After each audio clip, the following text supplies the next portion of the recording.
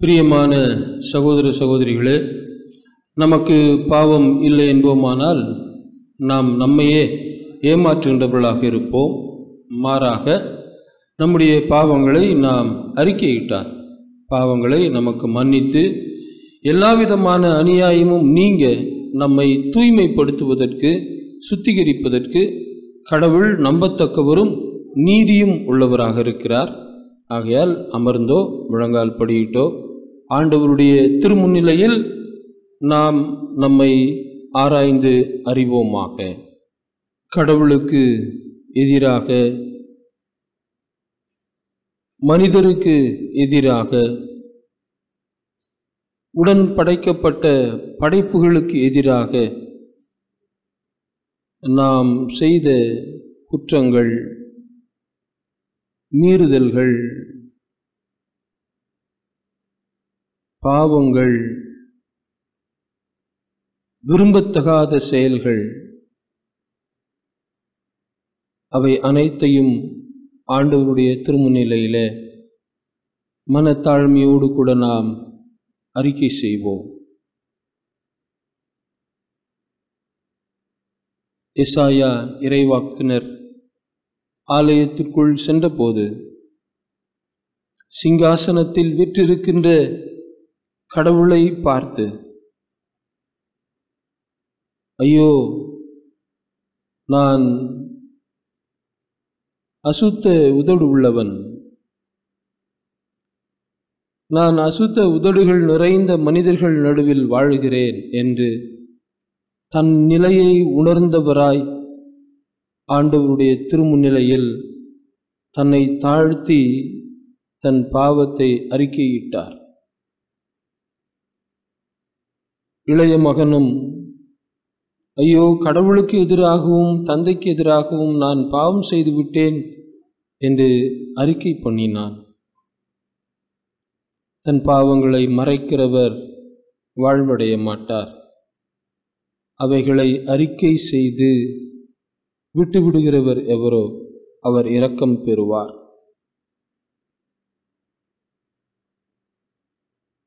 பாவிகளை ரட்சிக்க கிறிஸ்து இயேசு உலகத்தில் வந்தார். இந்த வார்த்தை உண்மையும் எல்லா அங்கீகரிப்புக்கும் பாத்திரமுமானது. நம்முடைய பாவங்கள் இரத்தாம்பர சிவப்பாக இருந்தாலும் அதை உறைந்த பனியை போல் மாற்றுவதற்கு ஆண்டவர் ஆயத்தமாக இருக்கிறார். இயேசு கிறிஸ்துவின் இரத்தம் சகல பாவங்களையும் நீக்கி நம்மை சுத்திகரிக்கும். நம் நிலையை உணர்ந்தவர்களாய், எத்தனை திரள் என் பாவம் என் தேவனே என்கின்ற பல்லவியை நாம் இணைந்து பாடுவோம். எத்தனை திரள் என் பாவம் என் தேவனே, எளியன் மேல் இரங்கையனே. எத்தனை திரள் என் பாவம் என் தேவனே, எளியன் மேல் இரங்கையனே. நித்தம் என் இருதயம் தீயதன் பரனே, நித்தமென் இருதயம் தீயதன் பரனே. நிலைவரம் என்னில் இல்லை, நீ என் தாபரமே. எத்தனை திரள் என் பாவம் என் தேவனே, என் மேல் இரங்கையனே. கெட்ட மகன் போர் துஷ்டனாயலைந்தே, கெடும் பஞ்சத்தால் நலிந்தே. ஈட்டமாய் மகன் என பாத்திர நலனான், ஈட்டமாய் மகன் என பாத்திர நலனான். என்னை ரட்சித்திடல் உந்தன் நிமித்தமே அப்பனே. எத்தனை திரள் என் பாவம் என் தேவனே, எளியன் மேல் இரங்கையனே.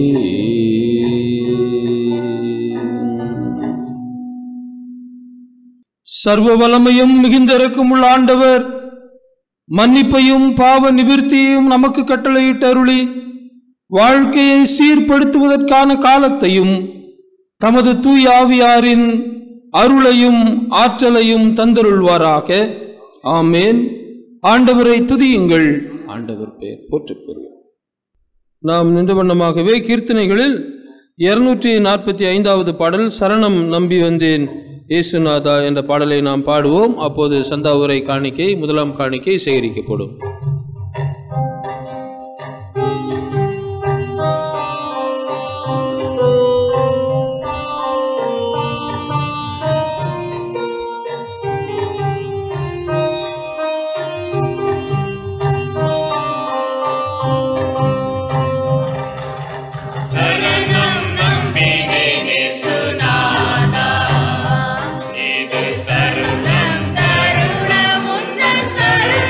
Por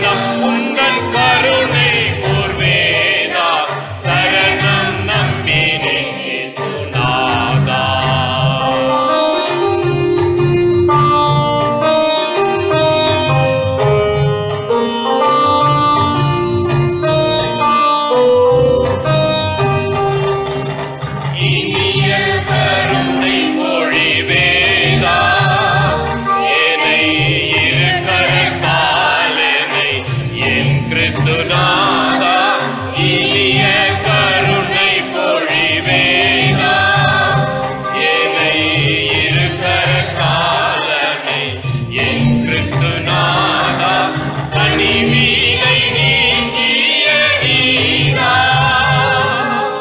கனிவீனை நீங்கிய நீதா நசரேத்தாதிகர்த்தாவும் கருணையை காத்தா சரணம் நம்பினே இயேசுநாதா தருணம் உந்தன் கருணை கூர்வேதா சரணம் நம்பினே இயேசுநாதா. உட்காருவோம். மிக அழகாக இந்த பாடலை கர்நாடக இசையிலே சிறப்பாக பாடின நம்முடைய பாடகர் குழுவுக்கு நம்முடைய நன்றிகளை நாம் தெரிவிக்கிறோம். இந்த பாட்டில் கடைசி சரணம் இப்படி இருக்கு: இனிய கருணை பொழிவேதா என்னை இரு கரத்தால் அணை என் கிறிஸ்துநாதா. பொதுவாக அப்பா வேலைக்கு போயிட்டு சாயங்காலமாக வீட்டுக்கு வர்றாருன்னு வச்சுக்கிங்க. குழந்தைங்க குட்டி குட்டி குழந்தைங்களா இருக்கும்போது அப்பா வீட்டுக்கு வர்றாருன்னா என்ன பண்ணும்? உடனே அது ஓடி வரும். அப்பா அப்படி ரெண்டு கை பிடிச்சி அப்படியே தூக்கி முத்தம் கொடுப்பார். அப்படித்தான் இந்த பாடல் வரிகளை படிக்கின்ற போது நாம் கிறிஸ்துவண்டை ஓடி வருவது போலவும் ஆண்டவர் இயேசு தம்முடைய காயப்பட்ட கரத்தால் நம்மை தூக்கி அணைத்து கொள்வது போலும் இந்த வரிகளை படிக்கின்ற போது காட்சி என் கண்ணுக்கு முன்னால் வந்தது. சிறப்பாக பாடின நம்முடைய பாடகர் குழுவுக்கு நம்முடைய நன்றிகளை நாம் மீண்டுமாக தெரிவிக்கிறோம். இன்றைய நாளிலே நம்மோடு இறை செய்தியை அளிக்க நமக்கு அருகாமையில் இருக்கிற தங்கம் காலனி திருச்சபையிலிருந்து திருவாளர் ரமேஷ் ஐயா அவர்கள் நம்முடைய வந்திருப்பது நமக்கு மிகுந்த மகிழ்ச்சி. ஐயா அவர்களுடைய சிறப்பு என்ன அப்படின்னா, நற்செய்தி பற்றிய திரைப்படங்களை தயாரிப்பது, இயக்குவது, அது இவருடைய தனி சிறப்பு. பலர் பல வழிகளில் ஆண்டவருடைய ஊழியங்களை திருப்பணியை செய்வார்கள். ஆண்டவர் இவருக்கு தந்த ஒரு காட்சி, இப்படி காஸ்பல் ஃபிலிம் மினிஸ்ட்ரி செய்ய வேண்டும் என்று சொல்லி அதனை மிக நேர்த்தியாக செய்து கொண்டு வருகிறார். ஐயா அவர்கள் பல திரை படங்களை வெளியிட்டிருக்கிறார், பல புத்தகங்களையும் வெளியிட்டிருக்கிறார். நான் பன்னூரில் இருக்கிற போதும் இச்சுப்புத்தூரிலே இருக்கின்ற போதும் அவருடைய படங்களை அவுட்ரீச் மினிஸ்ட்ரிக்காக எடுத்து செல்வோம். ப்ரொஜெக்டர் வைத்து அதனை ஒரு 3/4 மணி நேரம் 1 மணி நேரம் அதனை போடுவோம். அதற்கு பிற்பாடுதான் நாங்கள் நற்செய்தியை நாங்கள் அங்கே அறிவிப்போம். அது மட்டுமல்ல, ஐயா அவர்கள் நிறைய புத்தகங்களும் எழுதியிருக்கிறார்கள். மார்ஸ் மேடை, பேதுருவின் படகு என்று பல புத்தகங்களையும் அவர்கள் வெளியிட்டிருக்கிறார்கள். ஐயா அவர்கள் இன்றைக்கு அவருடைய துணைவியோடு வந்திருப்பது மிகுந்த மகிழ்ச்சி. இருவரையும் நாம் கரங்களை தட்டி அன்போடு கூட வாழ்த்தி வரவேற்போம். இந்த ஆண்டு ஜனவரி 26ஆம் தேதி ஐயா அவர்கள் நம்மோடு கூட இறை செய்தி அளித்தார்கள். இப்போதும் அவரை நான் வினவினேன், அவர் சரி என்று சொன்னார். அவர் நமக்கு இறை செய்தியை அளிப்பார். மகா இரக்கமும் கிருபையும் நிறைந்த எங்கள் நல்ல ஆண்டவரே, இந்த ஆசீர்வதிக்கப்பட்ட உமது பரிசுத்த ஓய்வு நாளிலே எங்களை உம்முடைய கருத்துக்குள்ளாக தாழ்த்தி ஒப்புக்கொடுக்கிறோம். இந்த வேளையிலும் நீர் எங்கள் மத்தியில் இடைபடும், துணை நில்லும், வழி நடத்தும். எங்களுடைய இருதயத்தின் சிந்தனை, தியானம் அனைத்தும் உமக்கே பிரீதியாய் இருப்பதாக. ஆமென். உள்ளதை உள்ளதென்றும் இல்லதை இல்லதென்றும் சொல்லுங்கள் என்று சொன்ன நம் கருணாமூர்த்தியான இயேசு கிறிஸ்துவின் திருநாமத்தினாலே உங்கள் அனைவரையும் நான் வாழ்த்துகிறேன். இந்த நல்ல அற்புதமான வாய்ப்பை கொடுத்த கடவுளுக்கும் அருமை போதகருக்கும் மற்றும் செயலர் பொருளர் சேகரக்குழு அனைவருக்கும் உங்கள் அனைவருக்கும் என்னுடைய நன்றியை தெரிவித்துக் கொள்கிறேன்.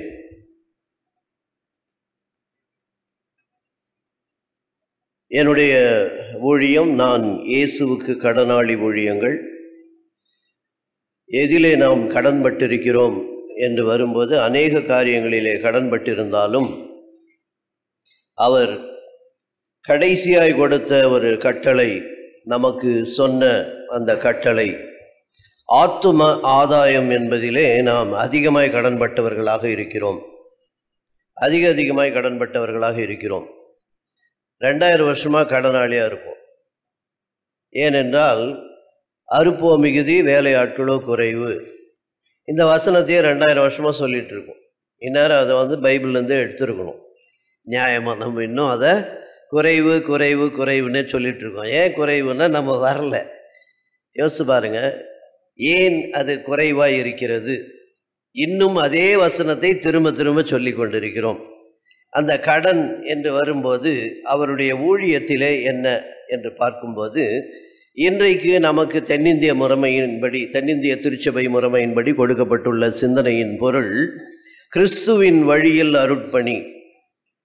கிறிஸ்துவின் வழியில் அருட்பணி என்பதற்காக அநேக வேத பாடங்களை நாம் வாசித்தோம். அதிலே திருத்தூதர் பணிகள் 7:54 60, அப்போஸ்தலர் நடவடிகள் 7ஆம் அதிகாரம் 54 60 வசனங்களுக்குள்ளாக நாம் பார்க்கிறோம். ஸ்தேவான், இந்த ஸ்தேவான் என்கின்ற இந்த முதல் இரத்த சாட்சி மரணத்தை ஏற்றுக்கொண்ட ஸ்தேவானை குறித்து நாம் பார்க்கிறோம். ஸ்டெஃபனஸ் என்பதற்கு கிரீடம் என்று ஒரு பொருள் உண்டு. இந்த ஸ்தேவான் என்பதற்கு கிரீடம் அல்லது சுற்றி இருப்பது, சரவுண்டட், நம்மை சுற்றி இருப்பது என்கின்ற 2 பொருளை பெற்றுள்ளதாக இருக்கிறது.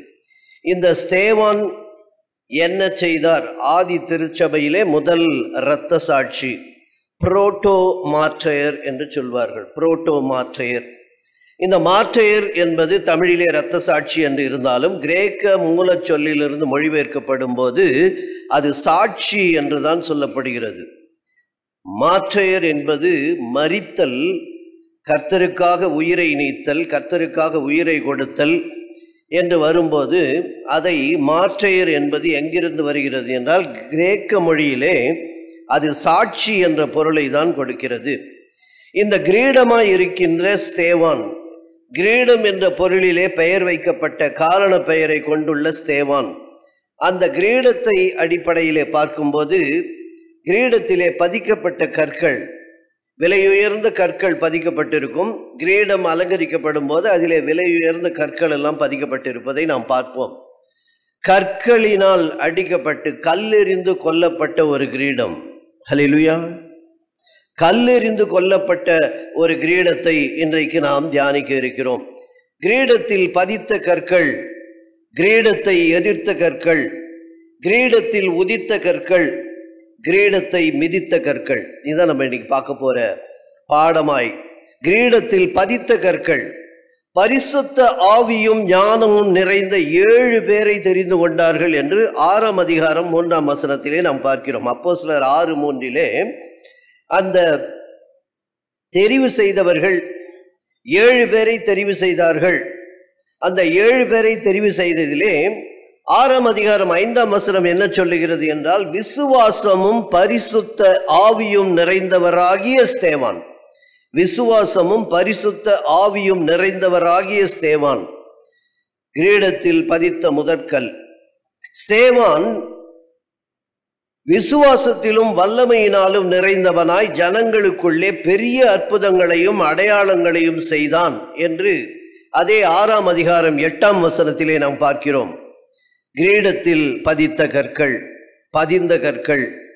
இயேசுவை ஏற்றுக்கொண்டு இயேசுவோடு நெருங்கி இயேசுவை முழுமையாய் ஏற்றுக்கொண்டு அவருக்கு செய்கிற பணி, அதுவே என் முதற்பணி என்கின்ற நிலையிற்குள்ளாக முந்தி வந்தவர், தன்னுடைய மரணத்திலும் முந்தி கொண்டவர் என்று சொல்லும்போது அவர் பெரிய அற்புதங்களையும் அடையாளங்களையும் செய்தவர் என்பதை நாம் பதித்த கற்களாய் பார்க்கிறோம்.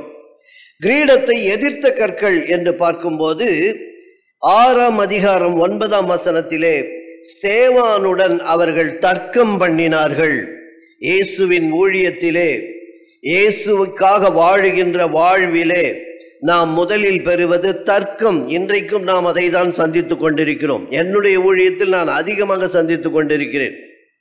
என்னுடைய சேனலில் நான் கொடுக்கிற செய்திகள் எல்லாவற்றையும் நற்செய்தி ஊழியத்திற்காக நற்செய்தி குறித்து நான் பேசும்போதெல்லாம் தர்க்கம் என்பது ஏதோ பிற சமயத்திலிருந்து வருகிறது என்று நினைத்து விடாதீர்கள்.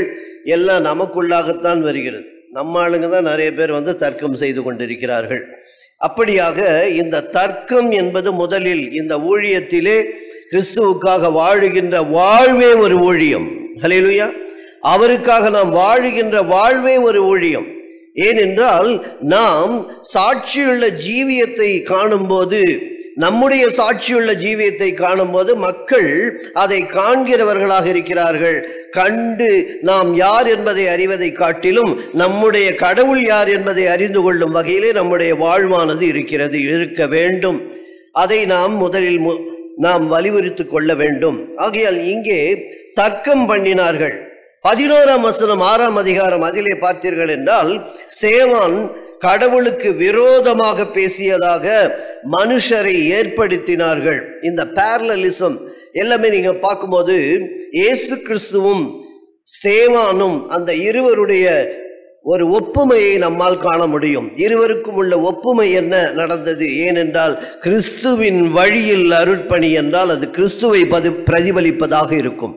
கிறிஸ்துவின் வழியில் நாம் இருந்தால் கிறிஸ்துவின் சாயலை காண்பிக்கிறதாக இருக்கும். கிறிஸ்துவின் வழியில் அருட்பணி என்றால் கிறிஸ்துவை போல வாழுகின்ற, கிறிஸ்துவை போல அவருடைய குணாதிசயங்களை பெற்றவர்களாக வாழ்வதற்கு அது நமக்கு முக்கியமாக இருக்கிறது.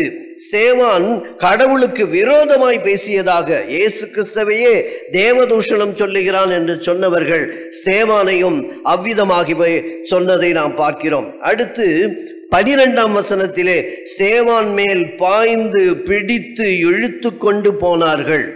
கிறிஸ்துவையும் அப்படியே அவரை இழுத்து கொண்டு சென்றார்கள். ஸ்தேவானுக்கு எதிராக பொய் சாட்சிகளை நிறுத்தினார்கள். 6ஆம் அதிகாரம் 13ஆம் வசனத்திலே பொய் சாட்சிகளை நிறுத்தினார்கள். அதற்கு பின்பு 6:14 பார்த்தீர்கள் என்றால், ஸ்தேவான் மோசேயின் முறைமைகளை மாற்றுவதாக குற்றம் சாட்டினார்கள். இயேசு கிறிஸ்துவையும் அப்படித்தான் சொன்னார்கள். நியாயப்பிரமாணம் எவையெல்லாம் இருந்ததோ கட்டளைகளை எல்லாம் அவர் புதுமையாய் புதுப்பித்து அதை அவர் பேசும்போது இவர் தேவதூஷணம் செய்வதாகவும் மோசேயின் முறைமைகளை மாற்றியதாகவும் சொல்லுவதை நாம் அவருடைய வாழ்விலும் அதையே பார்த்தோம். இங்கே ஸ்தேவானுடைய வாழ்விலும் அதையே பார்க்கிறோம். கிரீடத்தை எதிர்த்த கற்கள், கிரீடத்தை எதிர்த்த கற்கள். அடுத்து கிரீடத்தை உதித்த கற்கள். கிரீடத்திலே உதித்த கற்கள் எது என்று பார்க்கும்போது 10ஆம் வசனத்திலே நாம் பார்க்கலாம், ஸ்தேவானை எதிர்த்து நிற்க அவர்களால் கூடாமற் போயிற்று. கல்லெறிந்து கொன்றது அது அப்புறம், ஆனால் அவரை எதிர்த்து நிற்க கூடாமல் போனது அதுதான் first failure to the enemy. அந்த இடத்துல அவர்களால் கூடாமல் போயிற்று என்று சொல்லப்படுகிறது. அடுத்து 15ஆம் வசனத்திலே பார்த்தீர்கள் என்றால், ஸ்தேவான் முகம் தேவதூதன் முகம் போல் இருப்பதாக அவர்கள் கண்டார்கள். யார் கண்டது? யார் கொல்ல வந்தார்களோ அவர்கள் கண்டார்கள். நம்மை எதிர்க்கிறவர்கள் அவருடைய முகத்தை நம்முடைய முகத்தில் காண வேண்டும். அதுதான் கிறிஸ்துவின் வழியில் திருப்பணி. கிறிஸ்துவின் வழியில் திருப்பணி. ஏனென்றால் திருப்பணி என்று எடுத்துக்கொண்டாலே நாம் என்ன நினைத்து விடுகிறோம்? இது ஒரு சாராரை சேர்ந்தது, இவர்தான் செய்ய வேண்டும், இவர்கள்தான் செய்ய வேண்டும் என்று நாம பிரித்து விடுகிறோம். இது ஏதோ பாஸ்டர் வேலை, ஊழியக்காரங்க வேலை, நற்செய்தியாளர் வேலை என்று நாம நினைத்து விடுகிறோம். அப்படி அல்ல. பவுலடிகளார் தெளிவாய் சொன்னது என்ன என்றால், அது நம்மேல் விழுந்த கடமையாகும். அதை விதைக்காவிட்டால் எனக்கு, நல்ல சத்தமாக சொல்லுங்க, அல்லேலூயாவோட சத்தமாக சொல்ல வேண்டியது ஐயோ தான். ஐயோ என்றாலே அது பாவம் என்ற அர்த்தம். ஐயோ பாவம். நிறைய சமயத்தில் நம்ம அதன்னு சொல்கிறோம். அந்த வார்த்தையை எங்கெல்லாம் யூஸ் பண்ணுறோம்? ஐயோ பாவம் அப்படின்றோம். ஐயோ தான் சொல்லணும். கூட பாவத்தை ஏன் சேர்த்துக்கிறோம்? ஐயோ பாவம். பாவம் என்ற சொல்லை நாம் எங்கெல்லாம் பயன்படுத்துகிறோம்? யாரும் சொல்லித்தரவில்லை. பேச்சு வழக்கிலே நாம் பேசும்போது கூட அநேக இடங்களிலே பாவம் என்ற சொல்லை நாம் எப்பொழுது சேர்க்கிறோம் என்றால், பாவம் அந்த ஐயாவுக்கு உடம்பு சரியில்லை, பாவம் அந்த அம்மாவுக்கு ஆக்சிடென்ட் ஆயிடுச்சு, பாவம் அந்த பையன் ஃபெயில் ஆயிட்டான், பாவம் அந்த பொண்ணுக்கு வேலை கிடைக்கல, இப்படி தான் சொல்கிறோம். பாவம் என்பதை ஏன் அங்கே சேர்க்கிறோம் என்றால், in all the negative aspects, எல்லா எதிர்மறையான காரியங்கள் எல்லாவற்றிலும் எதிர்மறையாக நாம் எதை சொன்னாலும் அது பாவம் அதற்கு முன் நிற்கிறது என்பதை நாமவே அறிக்கை இடுகிறோம். யாராவது நம்ம பாவம் அந்த ஐயாவுக்கு வேலை கிடைச்சிருச்சுன்னு சொல்கிறோம், பாவம் அந்த பொண்ணு கல்யாணம் ஆயிடுச்சு அப்படின்னா சொல்கிறோம். பாவம் என்பதை எல்லாமே நெகட்டிவ் ஆஸ்பெக்ட்ஸில் தான் நம்ம சொல்கிறோம். ஆகையால் விதைக்காவிட்டால் எனக்கு ஐயோ, ஐயோ என்பது நாம் இதை செய்தே ஆக வேண்டும், அதுவும் பாவம் என்று நாம் பார்க்கிறோம். அதனால தான் நம்ம திருப்பணி என்று எடுத்துக்கொண்டால் அது என்மேல் விழுந்த கடமை. சங்கீதம் 22:10 வாசித்தீர்கள் என்றால், யாராவது வாசிக்க முடியுமா? சங்கீதம் 22:10.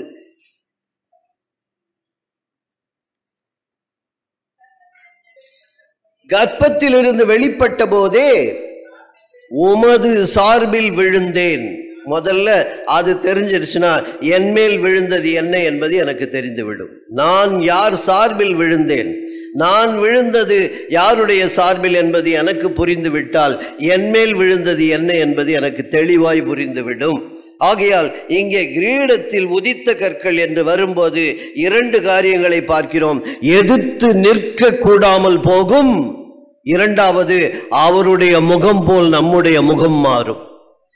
தேவனுடைய முகம் போல, தேவதூதன் முகம் போல, அப்படி ஒரு தூதனின் முகத்தை நாம் பெற்றுக்கொள்ள, அது விரோதிகள், எனிமீஸ், அவங்க கொடுக்கிற சாட்சி தேவதூதன் முகம் போல கண்டார்கள் என்று நாம் பார்க்கிறோம். அடுத்து கிரீடத்தை மிதித்த கற்கள்.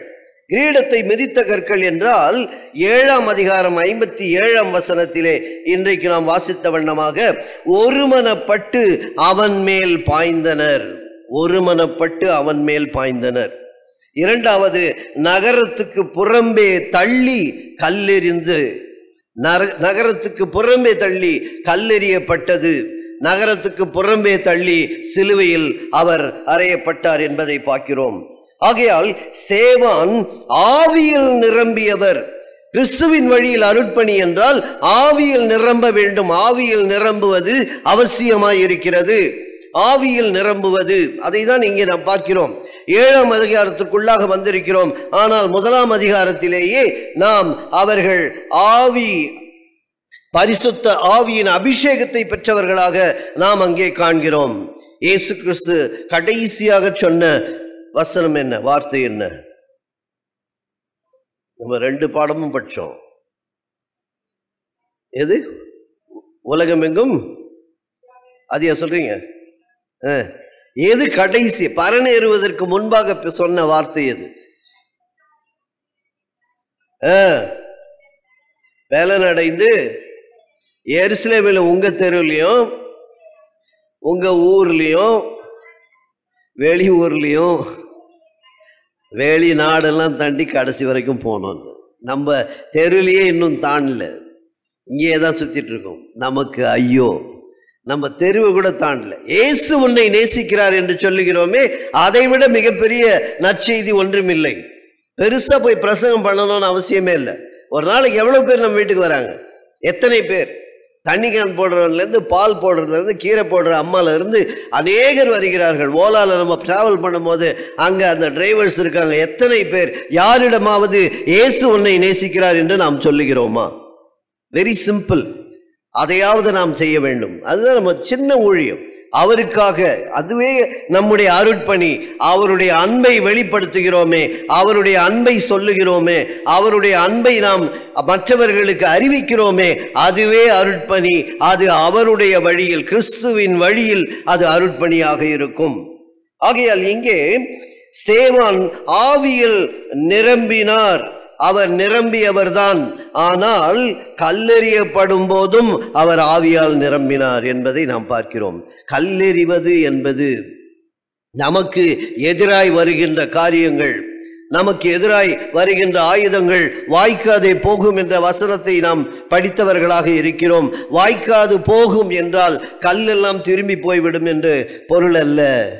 நாம் அவருக்காய் அருட்பணி செய்து அவருக்காய் வாழ்ந்து அவருக்காக மரிக்கவும் தயாராக இருக்கிறோமே, ஆயத்தமாக இருக்கிறோமே, அதுவே சிறந்த அருட்பணி.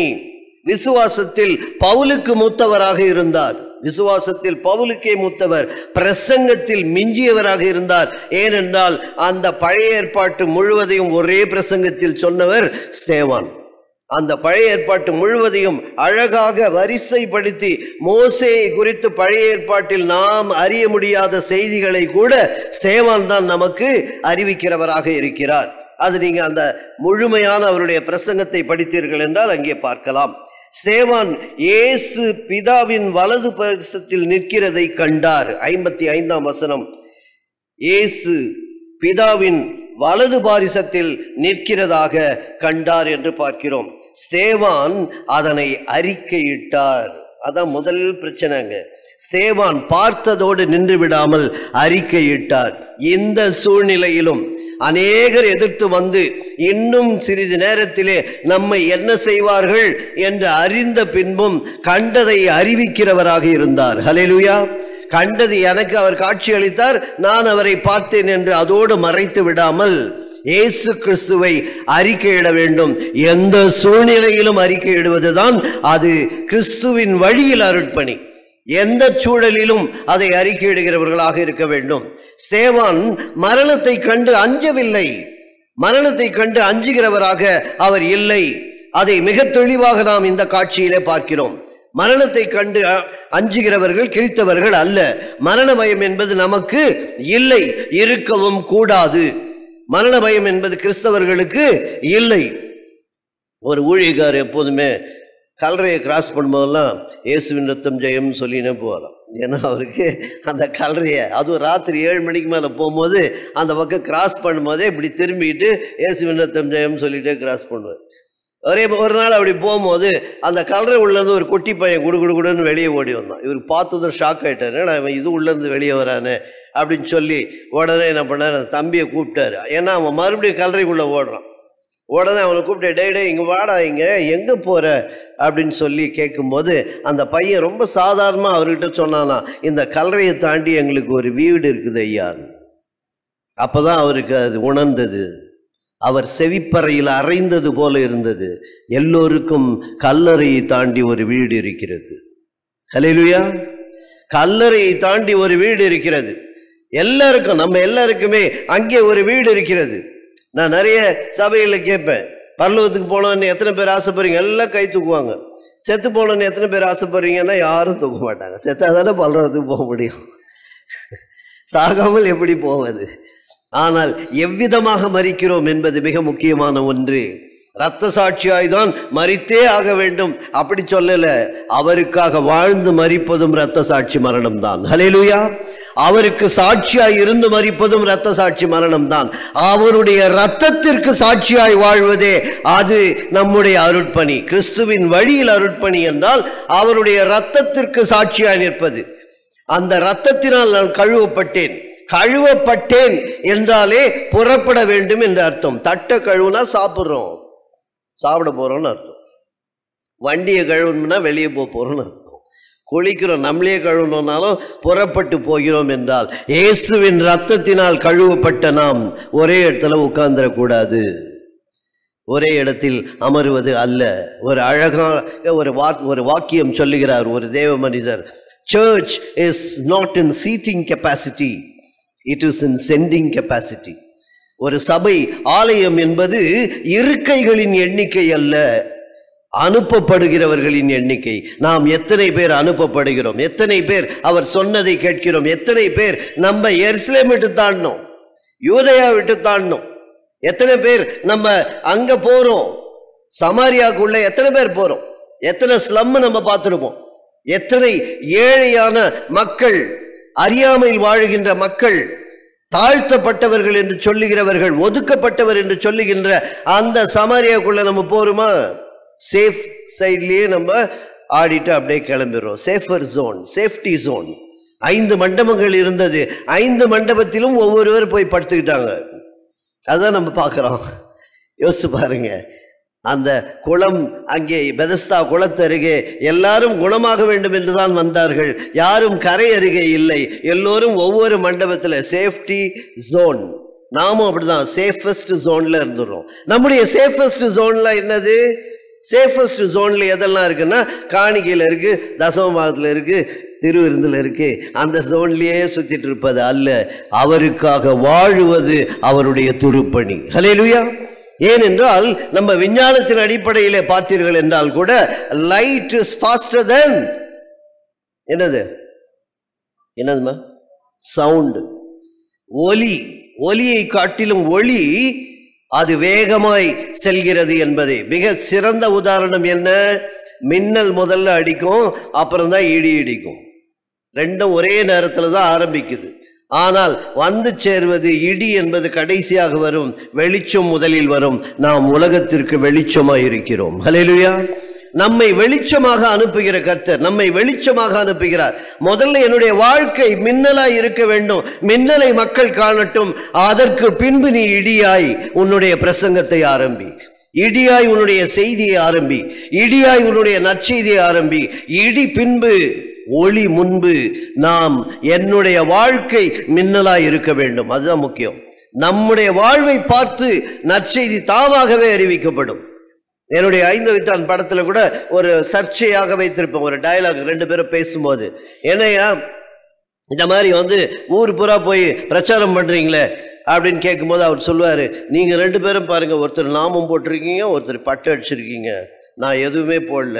நான் பேசினாதான் பிரசங்கம், உங்களை பார்த்தாலே பிரசங்கம். அவங்க தங்களை அடையாளத்தின் மூலமாக பிரச்சாரம் செய்கிறார்கள். நாம் எந்த அடையாளத்தையும் கொண்டு செல்லவில்லை. வாழ்வு சாட்சியுள்ள ஜீவியம் என்பதுதான் நம்முடைய அடையாளமாய் இருக்க வேண்டும். அதுதான் நம்முடைய அடையாளம். அதுதான் நம்முடைய அருட்பணி, கிறிஸ்துவின் வழியில் அருட்பணி.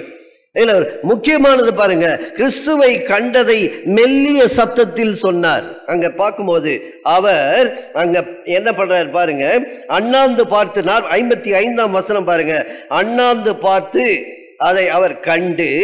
56ஆம் வசனம் அப்போஸ்தலர் 7:57 அதுல யாரு? மனுஷகுமாரன் கடவுளுடைய வலது பாரிசத்தில் நிற்கிறதையும் காண்கிறேன் என்றான் என்றுதான் இருக்கும். முதல் சத்தம் அறிக்கையிட்ட சத்தம். 2வது சத்தம் எப்படி வருதுன்னாக்கா, அவர்கள் உரத்த சத்தமாய் கூக்குரலிட்டு எதிராய் வருகிற சத்தம் அதை விட உரத்த சத்தமாய் இருக்கும். நாம் அறிக்கை இடுகிற சத்தம் மெல்லிய சத்தம், எதிர்த்து வருகிற சத்தம் உரத்த சத்தம். ஆனால் கடைசி வசனம் என்ன சொல்லுகிறது என்றால், அவனோ முழங்கார் படியிட்டு இவர்கள் மேல் இந்த பாவத்தை சுமத்தாதிரும் என்று மிகுந்த சத்தம். அவருக்காக வாழ்ந்து முடிக்கிறோமே, அது மிகுந்த சத்தம். நம்முடைய வாழ்வு எவ்விதமாய் முடிக்கப்படுகிறது, அது மிகுந்த சத்தம். ஆனால் நாம் அடக்கமாய் இருப்போம், அது மெல்லிய சத்தம். நம்முடைய வாழ்க்கை அடக்கமாய் தாழ்மையாய், மிகவும் தாழ்மையாய் வாழ்வது. அடக்கமாய் வாழ்ந்தால் நாம் அடக்கம் பண்ணப்படும் போது நம்முடைய அடக்க விலை என்ன என்று தெரிந்துவிடும். இல்லையா? எல்லாருக்குமே ஒரு அடக்க வேலை இருக்கு. அடக்க வேலைன்னா என்ன? எத்தனை பேர் நம்ம செத்ததுக்கு அப்புறம் வந்தாங்கன்றதுலேயே தெரிஞ்சிடும் இவர் எவ்வளவு நன்மைகளை செய்தார் என்று. அதுதான் நமக்கு அடக்க விலை. அடக்கம் பண்ணும்போது வருகின்ற கூட்டம் அது அடக்க விலைக்கு சமானம். இங்க பாருங்க, அந்த கடைசி மிகுந்த சத்தம், எதிர்த்த குரல் உரத்த சத்தம். அவரை கண்டது ஒரு சாதாரண மெல்லிய சத்தம். ஹல்லேலூயா. அந்த மெல்லிய சத்தத்தில் தான் நம்முடைய வாழ்வு அங்கே ஆரம்பிக்கிறது. அவர்களை மன்னிக்க வேண்டி மிகுந்த சத்தமாய் சொன்னார். அப்ப பாருங்களேன், ஒரே ஒரு வசனம் எல்லா இடத்துலையும் பார்த்தீங்கன்னா, அவர் பிதாவின் வலது பாரிசத்தில் எப்படி இருந்தாரு? உட்கார்ந்து இருந்தார் இருக்கும். வீற்றிருந்தார். இந்த ஒரு வசனத்தில் மாத்திரம்தான் இயேசு கிறிஸ்து எழுந்து நின்றிருந்தார் என்று பார்க்கிறோம். God gave a standing ovation to Stephen. ஹல்லேலூயா. அந்த ஸ்டாண்டிங் ஓவேஷன் எனக்காக என்னுடைய சீடன், எனக்காக மரிக்க துணிந்து விட்டான் என்று இயேசுவே எழுந்து நின்றதை நாம் இங்கே பார்க்கிறோம். வலது பாரிசத்தில் அமர்ந்திருக்கவில்லை, எழுந்து நின்றார் என்று சொல்லப்படுவதை நாம் பார்க்கிறோம். எழுந்து நின்றார். 2 வசனம் மிக முக்கியமான வசனம். எழுந்து நின்றார் என்றாலே அங்கேயே நியாய தீர்ப்பு அங்கே தொடங்கிவிட்டது என்று அர்த்தம். இயேசு கிறிஸ்துவின் வருகை தொடங்கிய இடம். அங்கே எழுந்திருச்சு வந்து கொண்டிருக்கிறார். அவருடைய வருகை எங்கே ஆரம்பித்தது என்றால் இங்கே ஆரம்பித்தது. அமர்ந்திருந்தவர் எழுந்தார். அந்த எழுந்ததற்கு வசனம் பார்த்தீங்கன்னா சகரியா 2:13 வாசிங்க. சகரியா 2:13. கொஞ்சம் வேகமாக. சகரியா 2:13.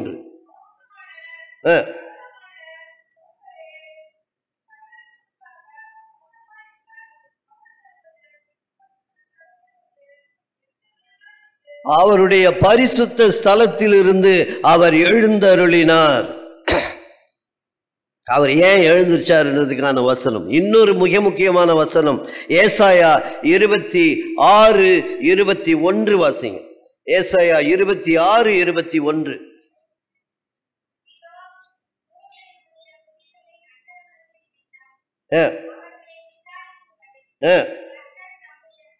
ஸ்தானத்திலிருந்து புறப்பட்டு வருவார், இரத்த பழிகளை வெளிப்படுத்தி. இனி ஒரு அல்லில சொல்லாமா? ஆளே இல்லையான்ற மாதிரி கேக்குது. அல்லில சொல்லுங்கன்னா ஆளே இல்லையான்றீங்க. அல்லில சொல்லுங்க. தேங்க்யூ. ஆகையால் இங்கே 2 வசனங்களிலே மிக தெளிவாக ஒன்றை தெரிந்து கொள்கிறோம். நியாய தீர்ப்புக்காக இயேசு புறப்பட்டது ஸ்தேவானின் மரணத்திலிருந்து தொடங்கியது. வலது பாரிசத்தில் எழுந்தது எதற்கு என்பதை பார்த்தோம். அங்கிருந்து அவர் எதற்காக புறப்பட்டு வருகிறார் என்றால் இரத்த பழிகள் எல்லாம் ஒரு நாள் கணக்கிடப்படும், அதற்காக அவர் வருகிறார் என்பதை பார்க்கிறோம். இருவருக்கும் ஒரு ஒப்புமை.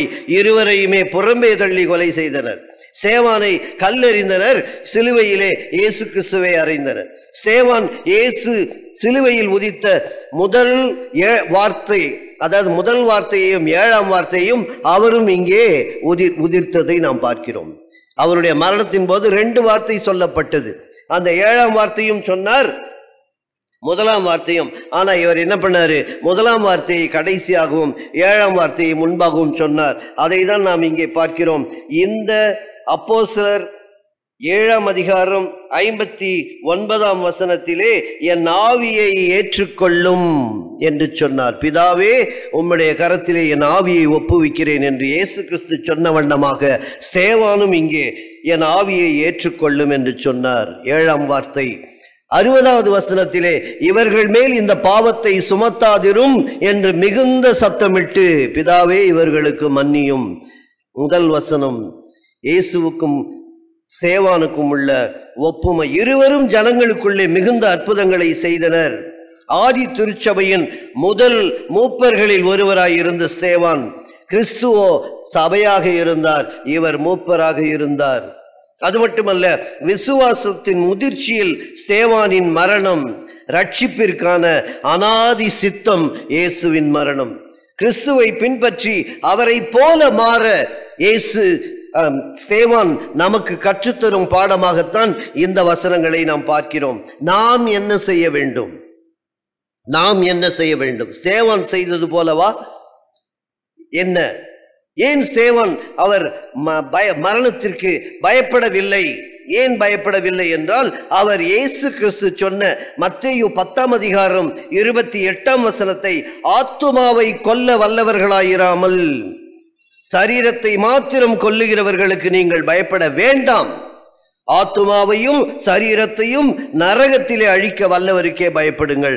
ஆகையால் ஸ்தேவான் பயப்படவில்லை, மரணத்தை கண்டு அச்சப்படவில்லை. ஆகையால் அவர் எவ்வளவு அழகாய் தன்னுடைய வாழ்வை ஒப்புவித்தார் என்று பார்க்கிறோம். நாம் என்ன செய்ய வேண்டும் என்பதற்கு ஒரு வசனத்தை சொல்லி நான் முடிக்கிறேன். யோவான் 6ஆம் அதிகாரம் 27ஆம் வசனத்திலிருந்து பார்த்தீர்கள் என்றால், 6ஆம் அதிகாரம் 27, அழிந்து போகிற போஜனத்திற்காக அல்ல, நித்திய ஜீவன் வரைக்கும் நிலை நிற்கிற போஜனத்திற்காகவே கிரியை நடப்பியுங்கள். அதை மனுஷகுமாரன் உங்களுக்கு கொடுப்பார், அவரை பிதாவாகிய தேவன் முத்திரித்திருக்கிறார் என்று சொன்னார். இதை நீங்க கடைசி 40 வரைக்கும் வாசிக்கணும். ஒரு சில வசனம் மட்டும் நான் சொல்றேன். அதுல என்ன அப்படின்னு பார்த்தீங்கன்னாக்கா, அவர்கள் திருப்பி கேட்கிறாங்க. அப்பொழுது அவர்கள் அவரை நோக்கி, கிரியைகளை நடப்பிக்கும்படி நாங்கள் என்ன செய்ய வேண்டும்? அப்படியானால் அவர் சொல்றாரு, இயேசு அவர்களுக்கு பிரதியுத்தரமாக, அவர் அனுப்பினவரை நீங்கள் விசுவாசிப்பதே கடவுளுக்கு ஏற்ற கிரியையாய் இருக்கிறது. How is my faith and how is my ministry? நான் என்ன செய்து கொண்டிருக்கிறேன்? யாருக்காக எதை செய்கிறேன்? எந்த இடம், எவ்வளவு பவுண்டரிஸை நான் கிராஸ் பண்ணேன்? இல்லை ஒரே இடத்துல இருக்கிறேனா? ஆகாஷ் என்கிற ஒரு வேத வல்லுனர் அவர் சொல்லுகிறார், இழக்க கூடாததை பெறுவதற்கு எதை வைத்திருக்க முடியாதோ அதை இழப்பவன் மூடன் அல்ல. எவ்வளவு அழகா இருக்கு பாருங்க. இழக்க கூடாததை பெறுவதற்கு எதை நான் வைத்திருக்க முடியாதோ அதை இழப்பவன் நான் முட்டாள் அல்ல. பல சமயங்கள்ல எதை வைத்திருக்க முடியாதோ அதை வைத்துக் கொள்ளுகிறோம். அதனால இழக்கக்கூடாததை இழந்துவிடும் நிலைக்கு தள்ளப்படுகிறோம். இழக்கக்கூடாததை பெறுவதற்கு எதை வைத்திருக்க முடியாதோ அதை இழந்து விட வேண்டும். எதை வைத்திருக்க முடியாது? நான் வெட்கப்படக்கூடாது, வெட்கப்படாத ஊழியக்காரனாய் இருக்க வேண்டும், பகுத்து போதிக்கிறவனாக இருக்க வேண்டும், அவருக்கு முன்பாக நான் உத்தமனாய் நிற்க ஜாக்கிரதையாய் இருக்க வேண்டும் என்று நாம் வேதத்திலே வாசிக்கிறோம். 2 தீமோத்தேயு 2:15 அழகாய் சொல்லப்பட்டது, நான் எப்படிப்பட்ட ஊழியனாய் இருக்கிறேன், நான் எப்படி அவருடைய காரியங்களை நான் சொல்லுகிறேன், எவ்விதமாக மற்றவர்களுக்கு கொண்டு செல்லுகிறேன். அங்கே ஸ்டான்லி அண்ணன் BYM உங்களுக்கு தெரியும், பிளெஸிங் யூத் மிஷன், ஸ்டான்லி அண்ணா ஒரு அழகான ஒரு வார்த்தை சொல்லுவாங்க. என்னன்னா, நீங்கள் 100 டியூப்லைட்டில் ஒரு டியூப்லைட்டாக இருக்காதீங்க, ஒரு பெரிய இருளிலே ஒரு சிறிய மெழுகுவத்தியாக இருங்கள். Hallelujah. am I not among 100 tubelights? அப்படியே இருக்கீங்க. do not be the 100th tubelight in a bright place. வெளிச்சமாக இருக்கும் 100 டியூப்லைட், அதில் நானும் ஒரு டியூப்லைட். அது அல்ல, இருளில் இருக்கிறவர்கள் அநேகர், அங்கே நான் ஒரு சின்ன மெழுகுவர்த்தியாய் நான் இருக்கிறேனா? என்னுடைய வாழ்வு சாட்சியுள்ள ஜீவியமாய் இருக்கிறதா? அதை நாம் எவ்விதமாக பெற்றுக்கொள்ள முடியும்? ஜெபத்திலே பெற்றுக்கொள்ள முடியும். கடைசி மரணத்தில் இயேசு கிறிஸ்துவும் ஜெபித்தார், ஸ்தேவானும் ஜெபித்தார். ஜெபம் என்பது மிக முக்கியம். The secret of praying, the secret of prayer is praying secretly அப்படின்னு சொல்றாரு. எவ்வளவு அழகா இருக்கு பாருங்க அந்த வசனம். Secret of praying is praying secretly. It's not a weapon for a battle. Prayer itself is a battle. நாம் போருக்காக, யுத்தத்திற்காக ஜெபிப்பது அல்ல, ஜெபமே யுத்தம். ஹல்லேலூயா. ஆகையால் நான் எவ்விதமாக ஜெபிக்கிறேன் என்பதை நான் அறிந்தவனாக இருக்க வேண்டும். என்னுடைய சாட்சியுள்ள ஜீவியம் என்னை அவரிடத்திலே அவருக்காக மரிக்கவும் துணியும் அளவிற்கு அருட்பணியை என்னால் செய்ய முடியும். How is my life? Testimonial life. கிறிஸ்தவ வாழ்க்கை என்பது 3 தான். அது ரட்சிப்பின் அனுபவம், பரலோகத்தின் நிச்சயம், இடைப்பட்டிருப்பது சாட்சியுள்ள ஜீவியம். அந்த சாட்சியுள்ள ஜீவியம் என்பது how am I a Christian? அதுதான், அதுவே திருப்பணி. என்னுடைய வாழ்வில் நான் கிறிஸ்தவ தகப்பனாக, தாயாக வாழ்கிறேனா, கிறிஸ்தவ மகளாக, மகனாக வாழ்கிறேனா, அதுவே மிகப்பெரிய திருப்பணி. அதுதான் இன்னைக்கு கவலைக்கிடமாக போய்கொண்டிருக்கிறது. எங்கள் வீட்டு பக்கத்தில் யார் இருக்காங்கன்னு பாருங்க. வெளி மக்கள்லாம் பேசும்போது வேற மற்றவர்களெல்லாம் தொழிலின் அடிப்படையில் சொல்வார்கள். ஒரு போலீஸ் இருக்காரு, ஒரு இன்ஸ்பெக்டர் இருக்காரு, இங்கே ஒரு கவர்மெண்ட் சர்வெண்ட் இருக்காருன்னுவாங்க. நாம் இருக்கும் பக்கத்து வீட்டிலலாம் எங்கள் வீட்டு பக்கத்தில் ஒரு கிறிஸ்டியன் இருக்காங்கன்னு சொல்லுவாங்க. ஆனால் இன்றைக்கு ஒரு கிறிஸ்டியன் இருக்காங்க பாருங்க அப்படின்ற அளவுக்கு பேர் வந்துருச்சு. அதிலிருந்து நாம் எவ்விதமாக வாழ்கிறோம்? சாட்சியுள்ள ஜீவியம் மிக முக்கியமானது. ஒருவர் கடைக்கு போனார். போகும்போது பக்கெட் சிக்கன் வாங்குறதுக்கு போனார். ஏன்னா முன்னெல்லாம் நம்ம பக்கெட்டில் தண்ணி பிடிப்போம், இப்போ பிள்ளைங்கள்லாம் சிக்கனாக பிடிக்கிறாங்க. அந்த பக்கெட் சிக்கன் வாங்குறதுக்கு போய் KFCயில் போய் ஆர்டர் பண்ணிவிட்டு அவர் வரும்போது காரில் ஏறும்போது தான் அந்த அம்மா சொன்னாங்க, ஐயோ பாருங்கள் 2 பக்கெட் சிக்கன் கொடுத்துட்டான். உடனே இவர் சொன்னார், ஐயோ 1 தானே பணம் கொடுத்தோம், 2 பக்கெட் சிக்கன் கொடுத்துட்டானே, உடனே போய் இதை ரிட்டர்ன் பண்ணோம் வாங்கன்ட்டு வேகமாக போய் அங்கே KFC ஆளுகிட்ட போய் சொல்கிறாங்க. அவன் பார்த்து ஷாக் ஆகிட்டான். ஐயா, இந்த 2025 இப்படி ஒருத்தரை நான் பார்த்ததே இல்லை, வாங்கயா இந்த வருஷம் வந்து த பெஸ்ட் கஸ்டமர் ஆஃப் 2025 அப்படின்னு நான் போட போகிறேன், வேறு பெரிய போர்டே வைக்கலான்னு இருக்கேன், உங்கள் ஃபோட்டோ எடுக்கணும், வாங்க வாங்க வந்து நில்லுங்க அப்படின் போது அந்த அவர் வந்து கிட்ட போய் மெதுவாக சொன்னாராம்ப்பா, ஃபோட்டோ எல்லாம் வேண்டாம்ப்பா, ஏன்னா என் கூட வந்திருக்கிறது என் ஒய்ஃப் இல்லை,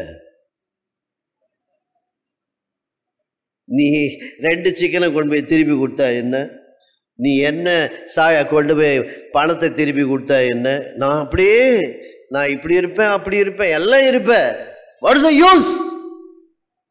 சாக்கடையிலே வாழ்ந்து கொண்டிருந்தால் அது சாட்சியுள்ள ஜீவியமா?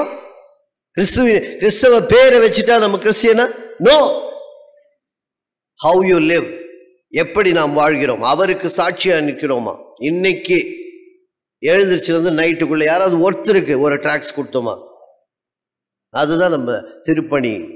அவரைக்கு கிறிஸ்துவுக்குள் நம்முடைய திருப்பணி எவ்விதமாக இருக்கிறது என்று மிக மிக முக்கியம். ஆகையால் நாம் அவருக்கு சாட்சியுள்ள ஜீவியத்தை வாழ்வோம். அந்த வாழ்வே அது ஒரு கிறிஸ்துவின் வழியிலே திருப்பணியாய் அமையும். அந்த திருப்பணி அவருடைய ராஜ்யத்தை விஸ்தாரப்படுத்தும், அவருடைய நாமத்தை மகிமைப்படுத்தும், அவருடைய வார்த்தையை விதைக்கும். அதற்கு நாம் எவ்விதமாக இருக்கிறோம் என்று நம்மை நாமே இன்றைக்கு பரிசோதித்து கொண்டு செல்வோம். Thank you so much. God bless you all. ஜெபம் செய்வோம். எங்கள் அன்பு நிறைந்த ஆண்டவரே, எங்களுக்கு தாயும் தந்தையுமானவரே, இந்த மன மகிழ்ச்சியான ஓய்வு நாளின் காலை வேலைக்காக நன்றியோடு கூட உம்மை துதிக்கிறோம், உம்மை போற்றுகிறோம். ஆண்டவரே, மீண்டுமாக உம்முடைய திரு சமூகத்திலே உம்முடைய பிள்ளைகளாக நாங்கள் ஒன்று கூடி உம்மை போற்ற, உம்மை புகழ, உம்மை வணங்க, உம்மை மகிமைப்படுத்த நீர் கொடுத்த இந்த பெரிதான வாய்ப்புக்காக நாங்கள் உமக்கு நன்றி செலுத்துகிறோம். ஆண்டவரே, இந்த நாளிலும் இந்த வழிபாட்டிலே நீர் பிரசன்னராயிருந்தமைக்காக உமக்கு தோத்திரம் செலுத்துகிறோம். குறிப்பாக உமது அடியாரின் வழியாக நீர் எங்களோடு கூட இடைப்பட்டதற்காக உமக்கு நன்றி படைக்கின்றோம். ஆண்டவரே, நாங்கள் இவ்வுலகிலே உமக்கு கடனாளிகளாக வாழ்ந்து கொண்டிருக்கிறோம் என்ற சிந்தனையை இந்த நாளிலே எங்களுக்கு உணர்த்தி இருக்கிற தயவுக்காக உமக்கு நன்றி படைக்கின்றோம். ஆண்டவரே, எங்கள் வாழ்வின் வழியாக உமக்கு நாங்கள் சாட்சியுள்ள திருப்பணியை ஆற்ற நீர் எங்களுக்கு அறைகூவல் விடுத்திருக்கிறீர், அதற்காக உமக்கு நன்றி செலுத்துகின்றோம்.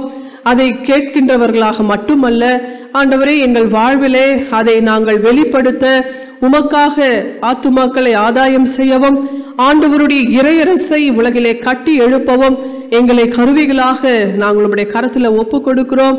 தூய ஆவியார் தாமே அப்படிப்பட்ட ஒரு நல்வாழ்வை சாட்சியுள்ள திருப்பணியை செய்வதற்கு வேண்டிய ஆற்றலையும் அருளையும் நிறைவாய் தந்து நீர் வழிநடத்த வேண்டுமா இடத்துல வேண்டுதல் செய்கின்றோம். இந்த நாளிலே எங்களோடு கூட இறை செய்தியை பகிர்ந்து கொண்ட உமது அடியாராகிய திரு ரமேஷ் ஐயா அவர்களுக்காக, அவருடைய குடும்பத்திற்காக நாங்கள் உமக்கு நன்றி செலுத்துகின்றோம். ஆண்டவரே, அவர்களின் வழியாக நடைபெறுகிற அனைத்து திருப்பணிகளுக்காக உமக்கு தோத்திரம் செலுத்துகிறோம். தொடர்ந்து அவருடைய திருப்பணிகளையும் குடும்பங்களையும் நீர் ஆசீர்வதிக்கும்படியாய் ஜெபிக்கின்றோம். ஆண்டவரே, இப்பொழுதும் எங்கள் நாட்டுக்காக உம்மிடத்தில் வருகிறோம் சுவாமி. நாட்டிலே நடக்கின்ற வன்முறைகள், போராட்டங்கள், கலவரங்கள், பிரச்சனைகள், வேறுபாடுகள் அனைத்தையும் நீர் அறிந்திருக்கிறீர். ஆண்டவர் தாமே, அமைதியின் அரசர் தாமே, இந்த மக்களுக்கு அமைதியை அளித்தரள வேண்டுமா இடத்துல வேண்டுதல் செய்கின்றோம். குறிப்பாக நாட்டின் தலைவர்களுக்கு வேண்டிய ஞானத்தை நீர் நிறைவாய்த்தாரும். மக்களுடைய நலனிலே அக்கறை கொண்டு நல் தீர்மானங்களை எடுப்பதற்கு வேண்டிய ஞானத்தை நீர் நிறைவாய் தந்து வழிநடத்த வேண்டுமாய் ஜெபிக்கின்றோம். ஆண்டவரே, எங்களுடைய தென்னிந்திய திருச்சபை சென்னை பேராயத்துக்காக, அனைத்து பேராயர்களுக்காக நாங்கள் உமக்கு நன்றி படைக்கின்றோம். ஒவ்வொருவரையும் அவருடைய திருப்பணிகளையும் ஆசீர்வதியும். குறிப்பாக எங்களுடைய பேராயத்துக்காக உம்மிடத்தில் வருகிறோம். ஆண்டவர் தாமே உமக்கு சித்தமானவர்களை எங்களுக்கு பேராயராக தெரிவு செய்து ஆண்டவரை தொடர்ந்து சாட்சியுள்ள ஒரு பேராயமாக எங்களுடைய சென்னை பேராயம் தொடர்ந்து வழிநடத்த நீர் கிருபை செய்தருள வேண்டுமாய் ஜெபிக்கின்றோம். ஆண்டவரே, இந்த நாளிலும் கூட அருட்பொழிவு பெற இருக்கிற அத்தனை ஊழியர்களையும் உடைய கரங்களுக்குள்ளாக ஒப்பு கொடுக்கிறோம் சுவாமி. இந்த நாளிலே நாங்கள் கேட்ட சத்தியத்தை போன்று ஆண்டவரே, சாட்சி உள்ள கிரீடம் என்பது அலங்கரிக்கப்பட்ட கிரீடம் அல்ல, அது அர்ப்பணிக்கப்பட்ட கிரீடமாக, ஆண்டவரே, கற்களை சுமக்கின்ற கிரீடமாக இருக்க வேண்டும் என்பதை உணர்ந்தவர்களாக உமக்காக உண்மையும் உத்தமமாக ஊழியம் செய்ய நீர் கிருபை செய்தருள வேண்டுமாய் ஜெபிக்கின்றோம். ஆண்டவரே, இப்பொழுதும் எங்களுடைய சிஎஸ்ஐ பேரன்பர் ஆலயத்துக்காக உம்மிடத்தில் வருகிறோம். சிறியோர் முதல் பெரியோர் வரை ஒவ்வொருவரையும் உடைய திருக்கரங்களில் அர்ப்பணிக்கின்றோம். ஒவ்வொருவரையும் தனித்தனியாக பேர் பேராக ஆசீர்வதிப்பீராக. ஆண்டவரே, இந்த கோடை காலத்திலும் சற்று மழையை நீர் பெய்ய வைத்து ஆண்டவரே வெயிலின் கொடுமையிலிருந்து சற்று எங்களை இளைப்பாற செய்திருக்கிறீர். அதற்காக உமக்கு நன்றி செலுத்துகிறோம். தொடர்ந்து நல்ல மழையை தாரும் ஆண்டவரே. இந்த வெயிலின் கொடுமையிலிருந்து உம்முடைய மக்களை நீர் காத்துள்ள வேண்டுமாய் செபிக்கின்றோம்.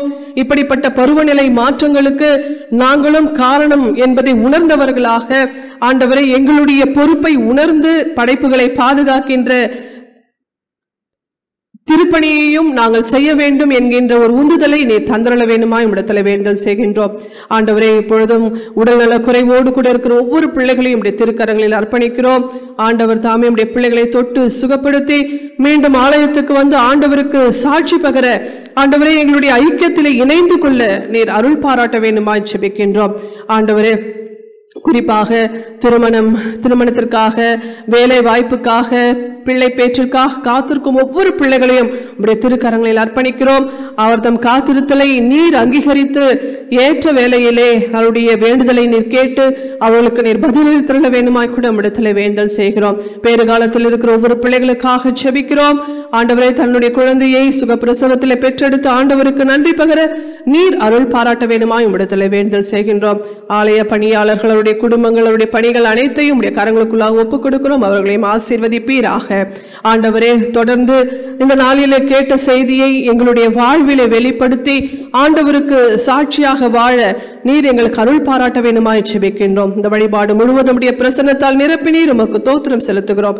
தொடர்ந்து உடைய கிருபையின் கரம், உடைய பாதுகாப்பு, உடைய பராமரிப்பு, உடைய நிறைவான ஆசீர்வாதம் ஒவ்வொரு மக்கள் மீதும் நிறைவாய் தங்கி வழிநடத்த வேண்டுமாய் செபிக்கிறோம். துதிகன மகிமையாவும் உமக்கே செலுத்துகிறோம்.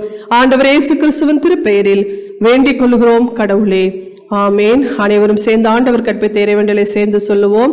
பரமண்டலங்கள் இருக்கிற எங்கள் பிதாவே, உம்முடைய நாமம் பரிசுத்தப்படுவதாக, ராஜ்யம் வருவதாக, சித்தம் பிரமண்டத்திலே செய்யப்படுவது போல பூமியிலேயும் செய்யப்படுவதாக. வேண்டிய ஆகாரத்தை எங்களுக்கு தாரும். குருதமாய் குற்றம் செய்வர்களுக்கு நாங்கள் மன்னிக்கிறது போல குற்றங்களுக்கு மன்னியும். சோதனைக்கு பிரவேசிக்கப்படாமல் தீமையில் ரட்சித்துக் கொள்ளும். ராஜ்யம் வல்லமை மகிமையும் என்றென்றைக்கும் உடையவர்களே, ஆமேன். என் ஆத்துமாவே கர்த்தரை தோத்துரி, என் முழுமையுட பரிசு நாமத்தை தோத்துரி. என் ஆத்துமாவே கர்த்தரை தோத்துரி, கர்த்தர் செய்த சகல உபகாரங்களையும் மறவாதே.